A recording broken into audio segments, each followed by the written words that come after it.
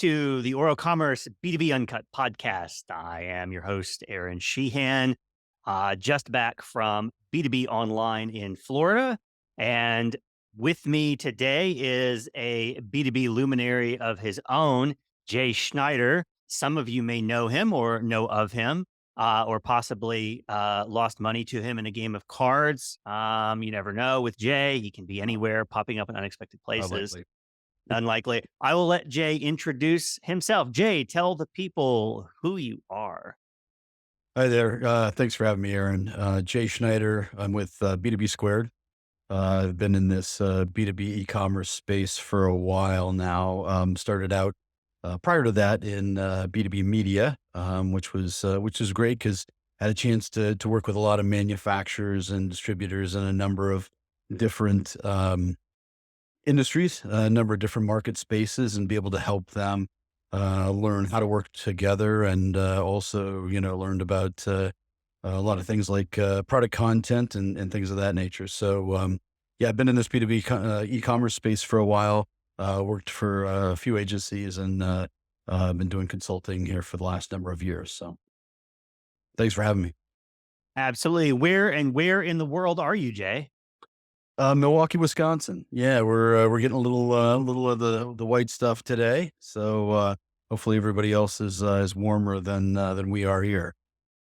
Yeah, I'm in Missouri. It definitely got colder while I was off in Orlando at the conference, and I think we'll have our first freeze tonight. But no white stuff. I had a Milwaukee-based colleague send me a picture of his backyard this morning, and it looked Yes. beautiful. But snow always looks better from a distance, I found. Yeah.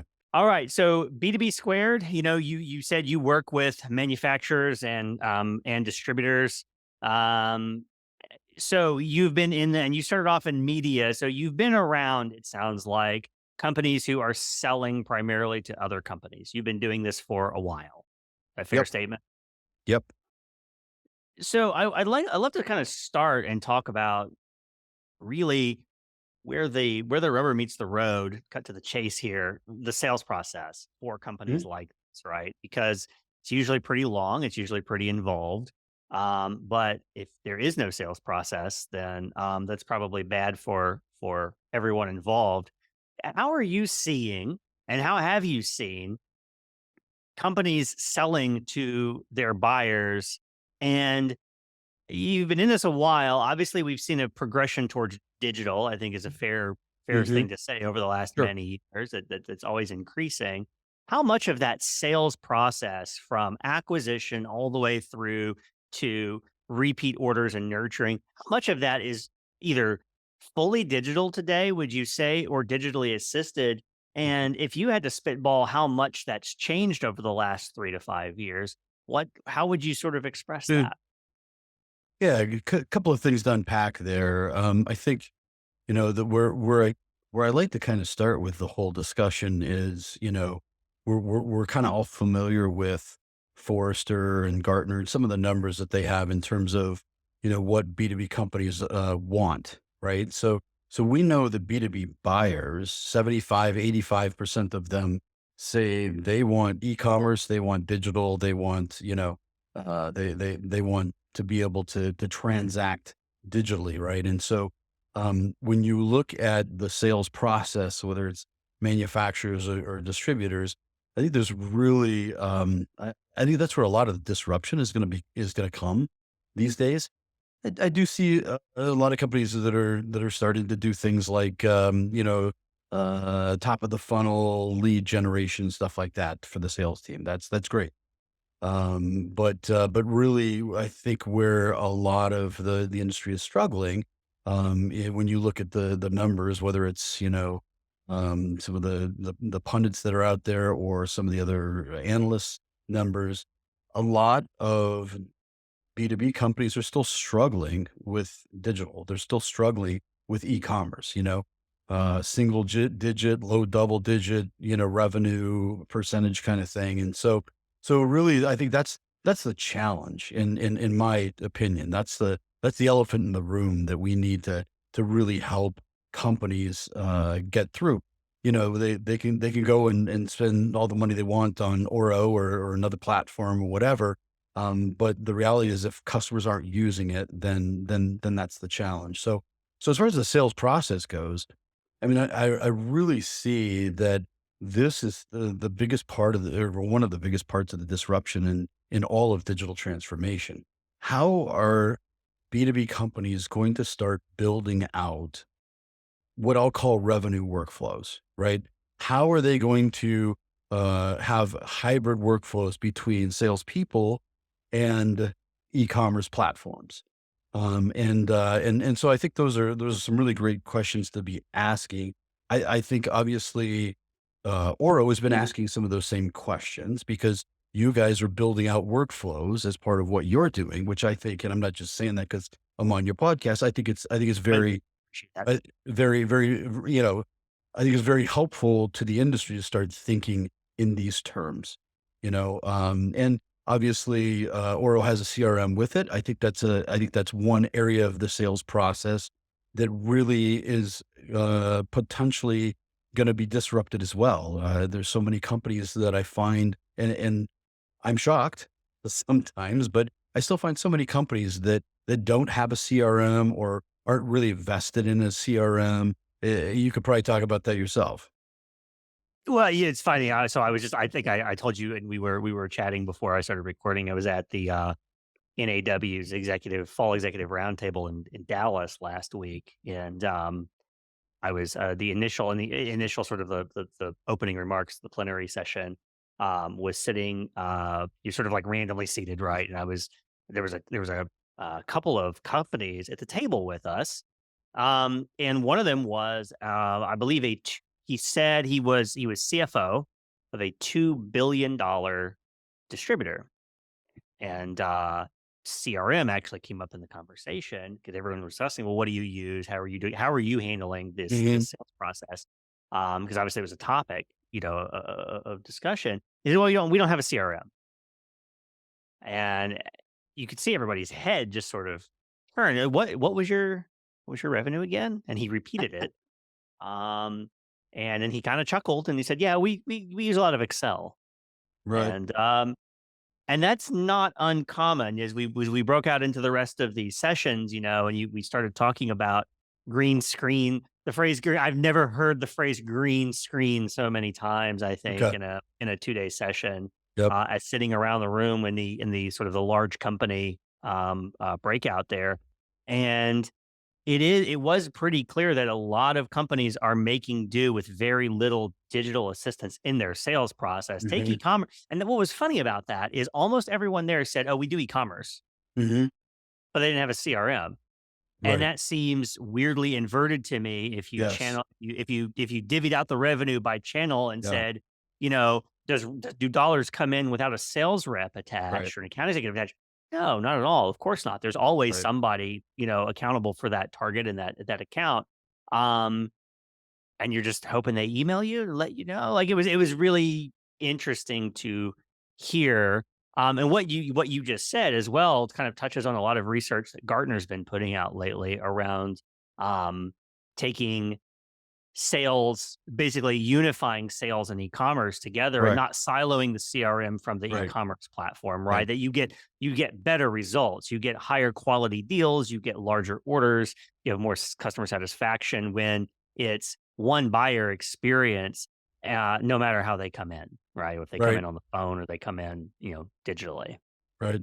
Yeah. No, there's no question about it. And I think that's the opportunity, that is before a lot of companies these days because, let's face it, it hasn't been figured out, in a lot of spaces and the CRM side of it. I'm with you. To me, I keep coming back to this idea of, disconnectedness, if you will. The fact that, why are B2B companies building, really great e-commerce platforms or platforms that are capable of potentially doing quite a bit, and yet their customers aren't using it, right? And why is sales disconnected from the e-commerce platform when they should be all part of one revenue stream? And so these are really the pain points and the areas that brought about, putting together flywheel B2B in our particular case, to be able to connect buyers or to connect customers with the e-commerce platform. Because customers have what I consider a friction equation in their mind, right? We all are busy every day. We're all doing what we need to do. Making purchases is part of our customer's day, right? It's their job.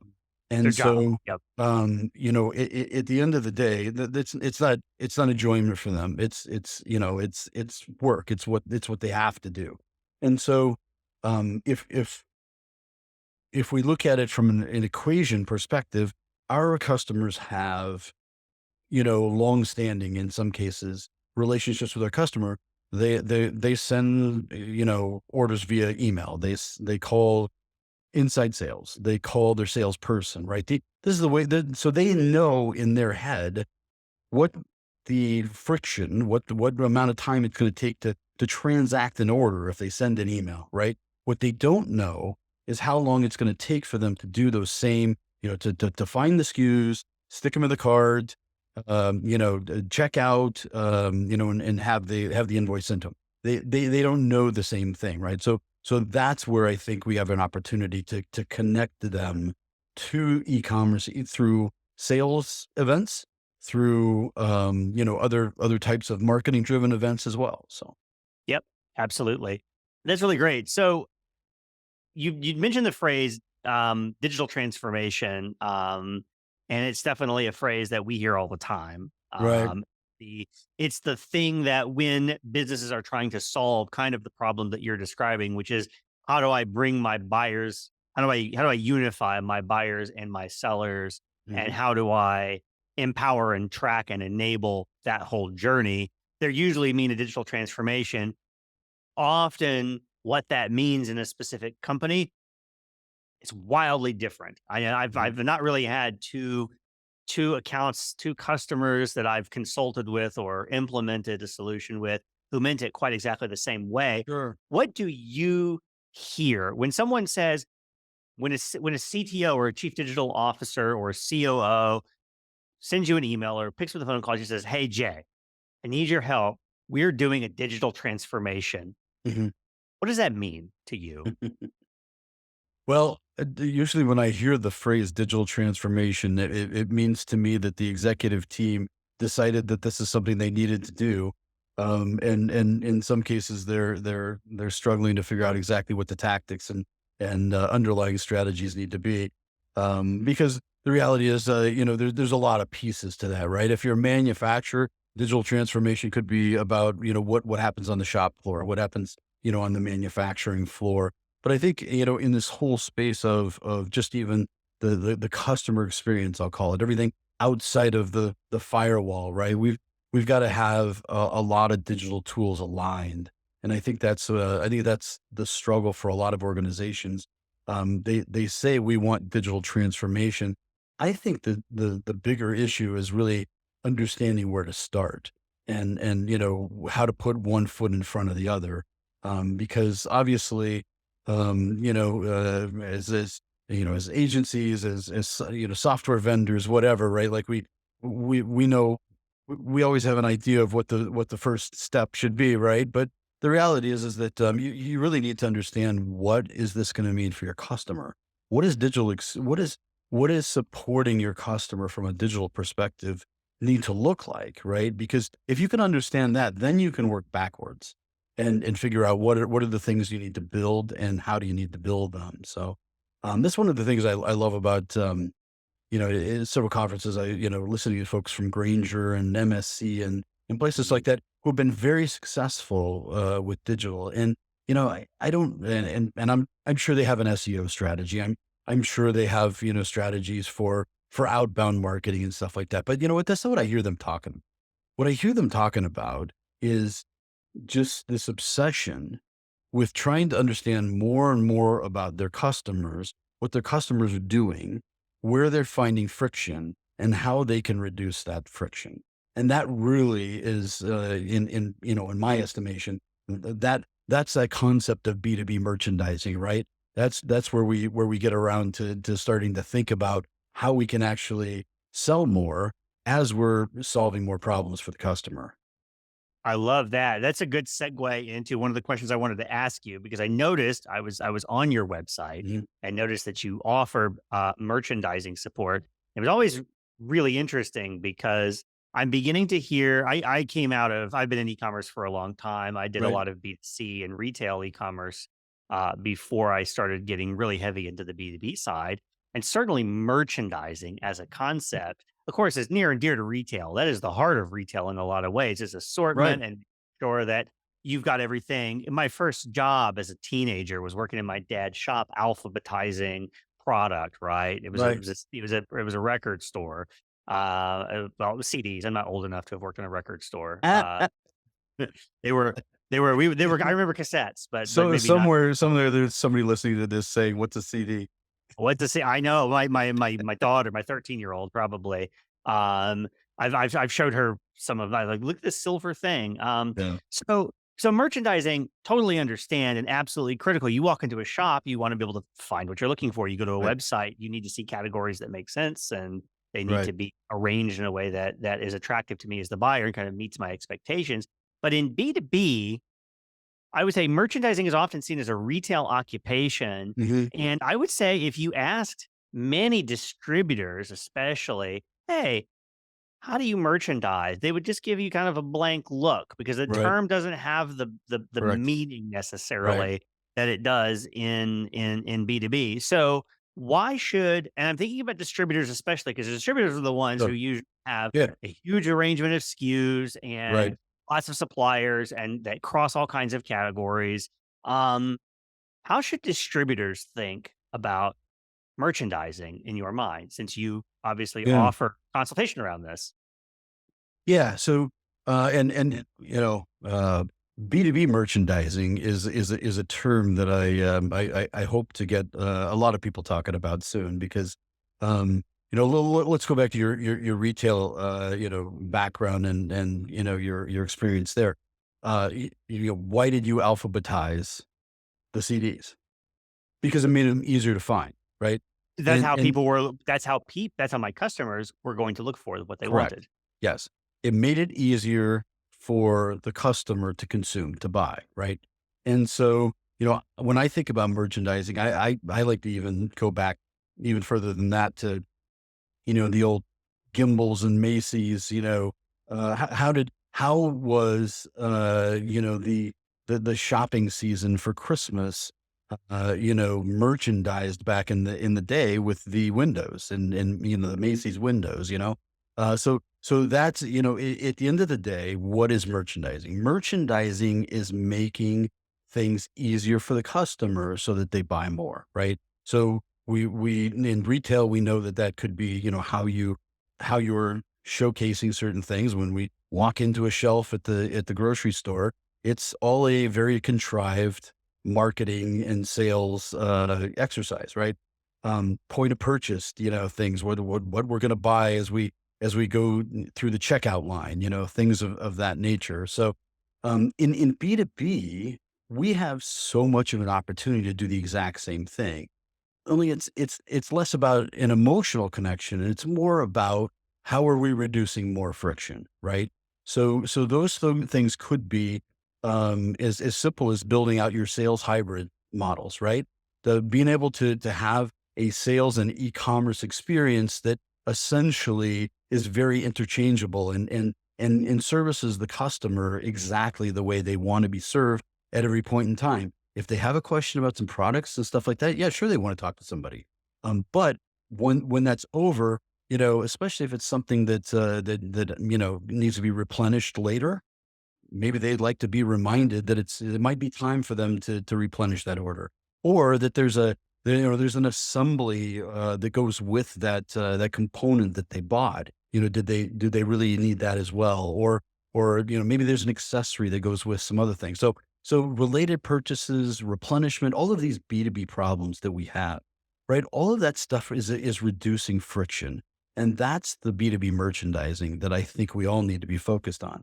It also could be things like, configuration, right? This is an area where we're going to have to really grow as an industry, right? in B2B is, most of our e-commerce experience is very SKU based today in B2B, right?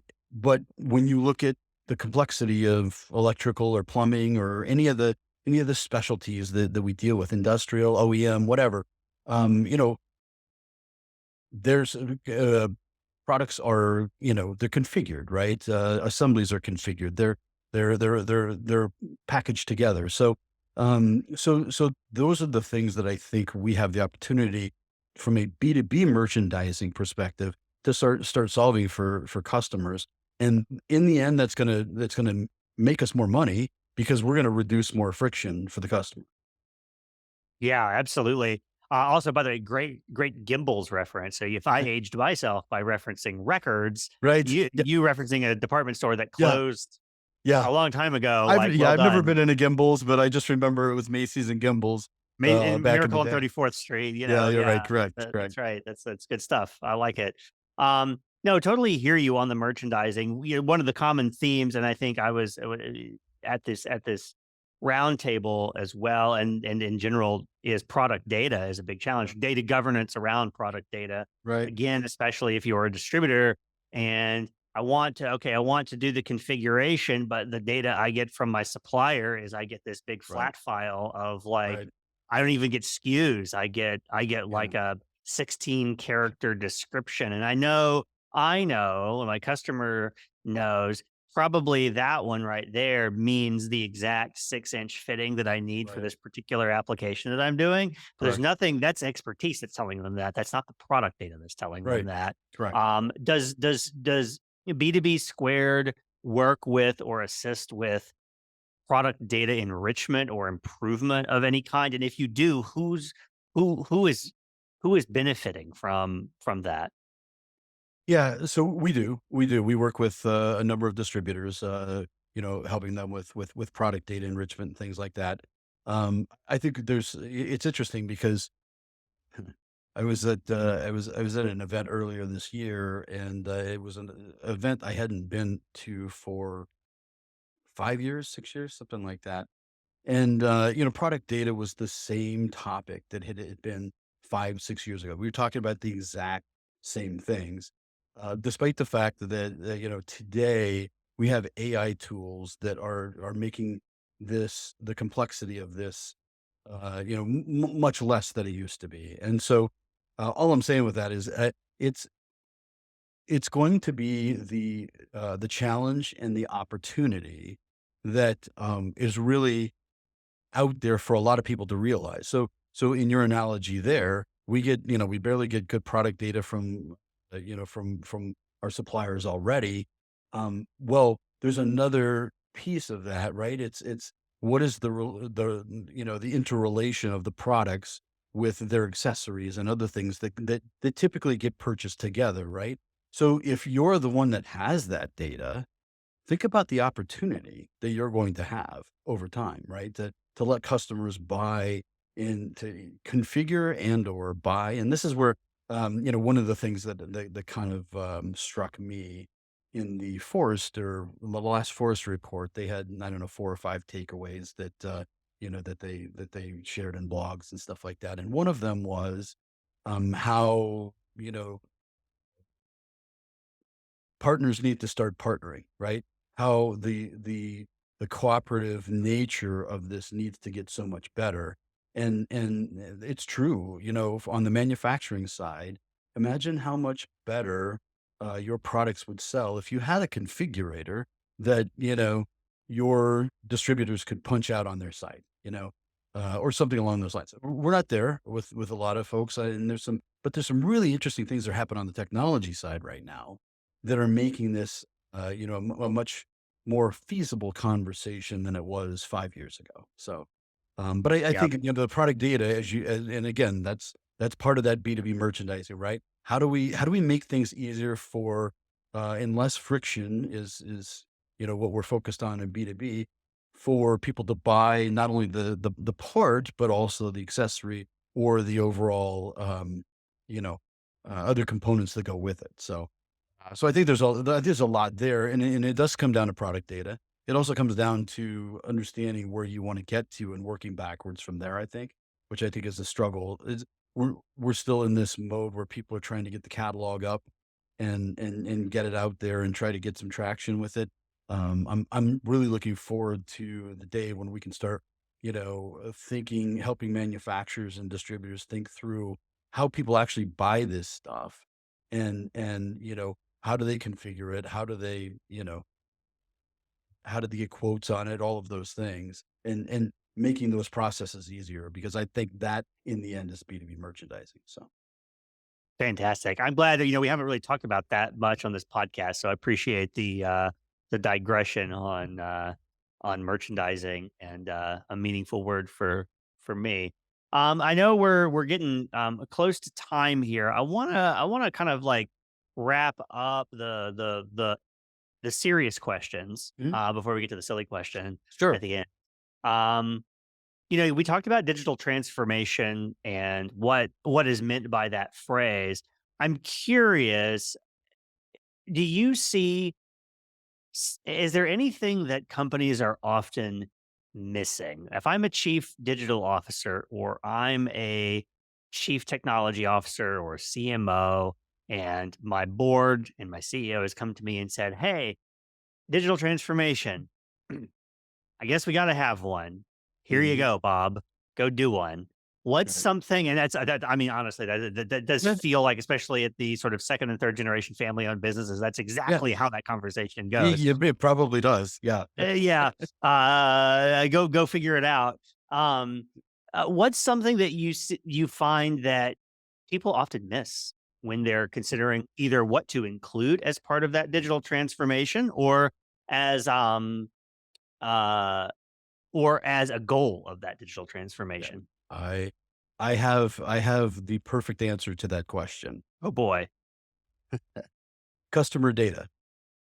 Customer Oh. data, in my opinion, is the biggest problem everybody has, and nobody realizes it.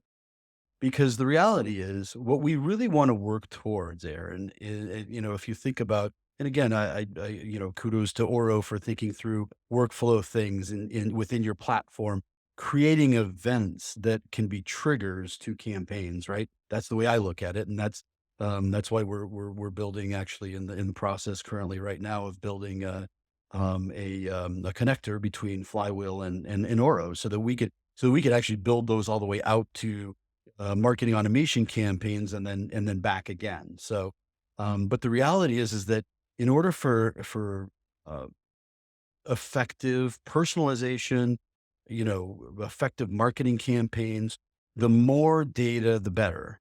But who is actually organizing their customer data today? Who is, how are they doing that? And what are they collecting? And so the answer to that is that, in most cases, because we sell to companies in B2B, we don't sell to individuals, you will even find that the tools that are out there for organizing customer data, are almost entirely built for B2C, right? They're not built for company-based data collection and action. They are built for individuals, right? So it's a rabbit hole I journeyed down here over the last 12 to 18 months, as we started to think through, well, what do people really need to be able to do great marketing automation with Flywheel B2B, or to personalize things through Flywheel B2B? And so the answer was, you got to have good data. You've got to have organized data, right? So organized data Mhm. that's capable of creating action points, triggers, that can um, guide campaigns. And so, yeah, my answer to that question is, I think a lot of people think about the product data. A lot of people know e-commerce, is an area like this. These are all areas of digital transformation, but without having good, organized, deep uh, data about your customer, there's only so far you're going to go. 100% agree with that. And yeah, I've cautioned or advised many companies who were on the precipice of buying some expensive piece of software Right. for digital transformation. Get your data in order before you do that, because you won't get the ROI from the shiny new Right. system if you're not really sure how your pricing works and what you have in stock and what's available for this particular customer and what their ship tos are and all the rest of it. Like if you can't organize it to your point, it needs to be clean and organized data. It cannot simply be in someone's head, right? And you've got to Well, go phone that one guy who's been here for 30 years right. to know these things. That Well, doesn't work. and it's deeper than that. I think you're hitting on some of the logistical stuff.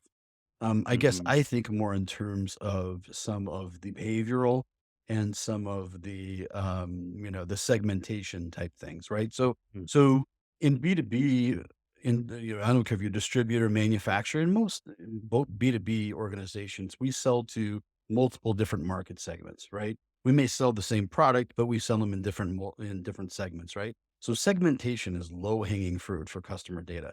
And yet most people probably don't have that organized and capable of being leveraged, because if you do, we can actually build personalized messaging through, through Flywheel B2B, and, deliver personalized emails and other things. But so segmentation is one part of it, buying behavior and the past purchases and all of that kind of stuff. You can go so deep with it, and that's just the historical data and who companies are.